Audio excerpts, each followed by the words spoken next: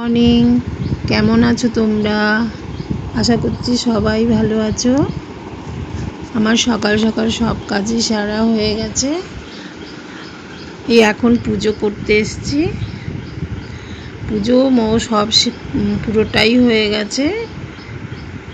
পুজো করে জামা কাপড়গুলো তুলে তারপরে নিচে যাব। চলো তবে আমাদের ঠাকুরের পুজোর ওখানে দেখো,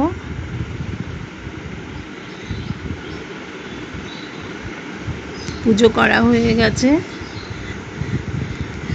উঠে পড়েছি। আমাদের গুরুদেব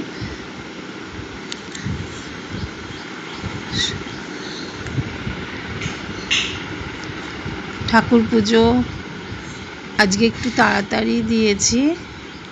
তাড়াতাড়ি সব কাজ হয়ে গেছে বলে পুজোটাও তাড়াতাড়ি করে নিয়েছি।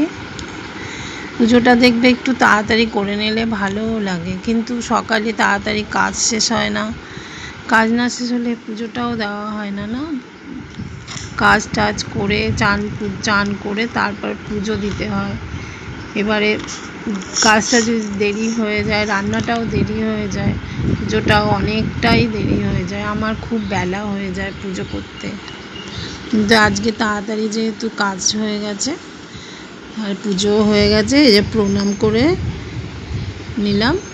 পরে এসে ঠাকুরের থালাগুলোকে তুলে নেব। এখন তোমাদের দেখাই, চলো। জামা কাপড়গুলো তুলে নিতে হবে। বাইরে খুব রোদ উঠেছে, কিন্তু রোদ উঠলে কি হবে, মাঝে মাঝে খুব অন্ধকার করে আসছে। চলো তবে দেখো, এইখান দিয়ে এই সামনে লাল দেখতে পাচ্ছ, ওটা আমাদের একটা নতুন ঘর হয়েছে। নতুন এখনও ওই ঘরে ঢোকা হয়নি, পুজো করা হয়েছে মোটে। এই কালারটা কেমন হয়েছে দেখো, লাল আর পিঙ্ক। দুপাশে বড় জানালা করেছি 3 তলার উপরে। এখনও এই ঘরে ডেকোরেশন হয়নি, কিছু হয়নি, শুধু এই রঙটা হয়েছে চারিদিকে। এখনও তো রঙের কাজ হয়নি। রঙের দাদা এসেছিল আজকে, সে বললো আজকে হাফবেলা কাজ করব দিদি, চলে যাব। এই হাফবেলা কাজ করে চলে গেছে।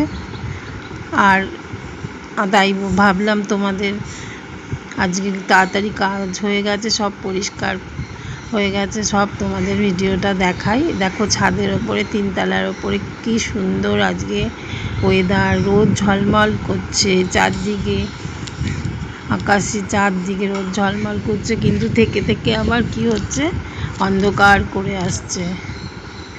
এই জামা কাপড়গুলো তো সকালেই কেচে টেচে দিয়েছিলাম, মেশিনেই কেচেছিলাম, একটু রোদ্দুরে দিয়েছিলাম। এগুলো তুলে নিচ্ছি, আবার কখন বৃষ্টি চলে আসে। রান্না বাকি আছে অল্প। ছেলের জন্য আজকে সকালে রান্না করেছিলাম, বলল আমি আজকে মাছ খাবো না, আমার জন্য একটু অন্য কিছু করবে। তাই একটু ওর জন্য একটু অন্য কিছু এখন একটু রান্না করে নেব। তার জন্য জামা কাপড়গুলো একবারে তুলেই নিচ্ছি। আবার বৃষ্টি নেমে গেলে অন্ধকার হয়ে যাবে, তখন দৌড়ে দৌড়ে আসতে হয়। 3 তলার উপর আসতে অনেক কষ্ট, তা দৌড়ে দৌড়ে আসতে হয় না। এখন পুজো যখন হয়ে গেছে তখন যাই, গিয়ে একবারে জামা কাপড়গুলো তুলেই নিয়ে আসি। রঙিন কৌটো, এই দেখো জামা কাপড়গুলো সব একসঙ্গে রেখে দিলাম, পরে এসে গোছাবো, এখন সময় নেই। এখন নিচে যাব। এই যে এটা হচ্ছে অরেঞ্জ কালার, এটা আমার ঠাকুর ঘর। এই যে এটা সিঁড়ি, এই অরেঞ্জ কালার, এটা ঠাকুর ঘর অরেঞ্জ কালার করেছি। ঠাকুরের এখনও জায়গায় সব জিনিস এলোমেলোই আছে। এই ঠাকুর প্রণাম করে চলে যাচ্ছি। চলো দেখো ঠাকুর ঘরটা কেমন হয়েছে বলবে।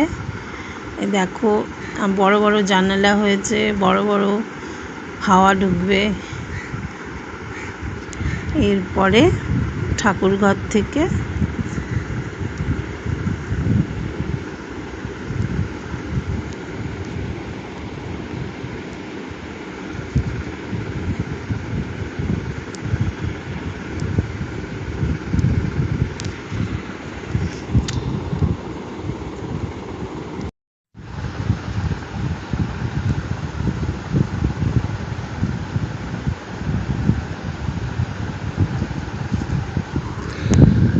ঠাকুর পুজো তো দেওয়া হয়ে গেল, এবার নিচে যাই চলো। জামা কাপড়ও ঠাকুর পুজো দেওয়া হয়ে গেল,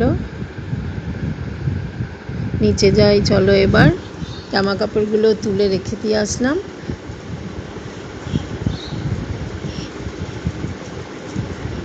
জামা কাপড়গুলো রেখে দিয়ে আসলাম ওখানে, পরে এসে ভাঁজ করে একবারে তুলে নিয়ে যাব।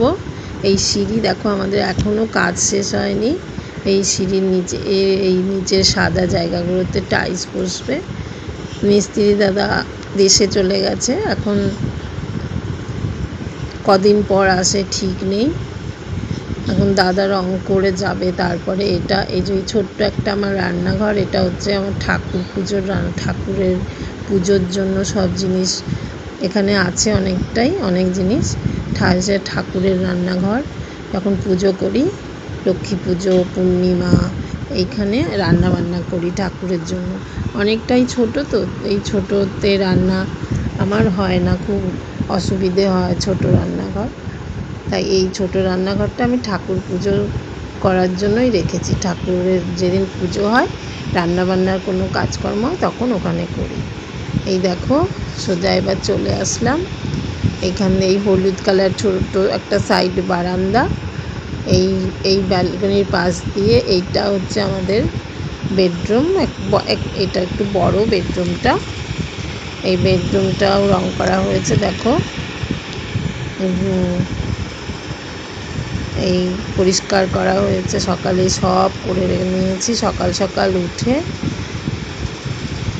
এই বাস্কেটটা কিনেছি দেখো, ফ্লিপকার্ট থেকে কালই এসছে।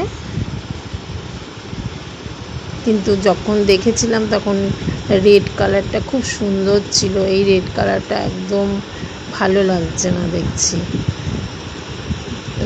এই যে এই নিচে একটা টিভি দেখছো, ছোট এই টিভিটা কি বলো তো, এই বড় টিভিটা আমাদের মাঝে মাঝে এক এক সময় দেখি খারাপ হয়ে যায়, কেমন ঝিরঝির করে তার জন্য এই টিভিটা রেখেছি। এই টিভিটা যখন খারাপ হয়ে যায় তখন এই টিভিটা দিয়ে দেখি। টিভি তো দেখতেই হবে, দোকানে দিলে বা মিস্ত্রি কবে আসে ঠিক নেই, তার জন্য এই টিভিটাকে যত্ন করে রেখে দিয়েছি। এই টিভি খুব খারাপ কম হয়। আর এই টিভিটা কি হচ্ছে, অনেক বেশি চালাচ্ছি, কদিন পরে হঠাৎ নষ্ট হয়ে যায়, আবার ওটাকে সারাতে হয়। তার জন্য এই টিভিটাকে রেখে দিয়েছি।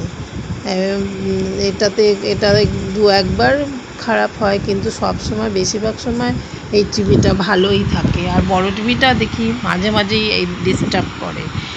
এসে গেলাম এক ছোটো ঘরে। এই ছোটো ঘরে এসে এই শোকেসের পড়ার টেবিলের পাশে শোকেস, এই যে শোকেসে যে এগুলো দেখছো, এগুলো হচ্ছে প্রাইজ। আমার মেয়ে ড্রয়িং, নাচ, আবৃত্তি এই সবের প্রাইজ পেয়েছে দেখো। এইগুলো এই মেয়ের তাই এখানে সাজিয়ে রেখে দিয়েছি শোকেসে। এটাও গোছানো হয়ে গেছে, বাইরে অনেক রোদ আছে, তার জন্য পর্দা দিয়ে রেখেছি।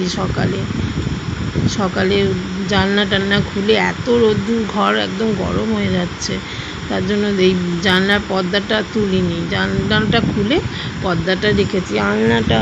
এই আলনাটা ভেবেছি ওপরের যে নতুন ঘরটা হয়েছে ওখানেই দিয়ে আসবো, ওখানে থাকবে, ওখানেই জামা কাপড় সব ভাঁজ করে ওখানেই রেখে দেবো। আর কিন্তু আলনাটা বের করতে খুব কষ্ট, ওই কোনা দিয়ে বের করা যায় না, আমি তো একা টেনে বের করতে পারবো না। নাহলে ভেবেছিলাম আজকে আলনাটাকে বের করে সাইড করে রেখে দেবো বাইরে, আমার হাজব্যান্ড আসলে ওপরে তুলে দেবো। কিন্তু আলনাটা তো আমি একা বের করতে পারবো না। এই ছোটো ঘরে এই জিনিস বেশি রাখারও জায়গা নেই, অনেকটাই ছোট ঘরটা। ওই শোকেসটা রেখেছি, আর এই বইয়ের টেবিল, ছেলে পড়ে বইয়ের টেবিল, আর এই আলনাটা কোণার মধ্যে রেখেছি। আলনাটাকে ভাবলাম ওখানে সরিয়ে একটা সুন্দর ছোট একটা কিছু বসাবো, টেবিল ছোট ধরনের বসাবো। এই ফুলের এটা এখানে রেখেছি। পর্দাগুলো আজকে আর সরাইনি, খুব রৌদ্রের তাপ বাইরে, ঘর একদম গরম হয়ে যাচ্ছে, তাই জন্য থাক আজকে পর্দা সরানো। এই পাশের জানলাটাও খুলিনি, এ পাশের জানলাটা খুলিনি।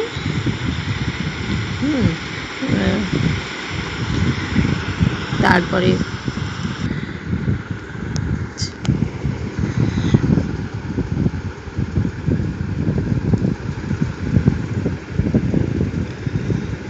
চলে আসলাম এবার রান্নাঘরে। কিছু রান্না বাকি আছে। ছেলে সকালবেলা বলেছিল, মা আমি মাছ খাবো না, তার জন্য ওর জন্য একটু ধোকা বানাবো। আর এই রান্নাঘরটা একটু